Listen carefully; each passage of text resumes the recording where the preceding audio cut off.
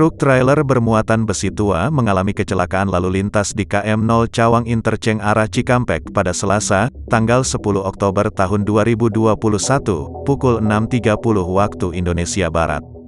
Bagian dek kargo bermuatan besi tua yang diangkut truk terbalik sehingga menutup lajur pengendara dari arah Tanjung Priok menuju Bekasi tidak bisa dilintasi karena proses evakuasi dilakukan. Ujang, satu pengendara mobil mengatakan penutupan jalan untuk evakuasi muatan besi dilakukan personel patroli jalan raya, PJR, Ditlantas Polda Metro Jaya dan petugas tol mengakibatkan macet. Macet, dari sekitar jam 6 tadi sudah enggak gerak. Katanya ada mobil angkut besi kebalik, kata Ujang di Keramat Jati, Jakarta Timur, Selasa, tanggal 19 Oktober tahun 2021.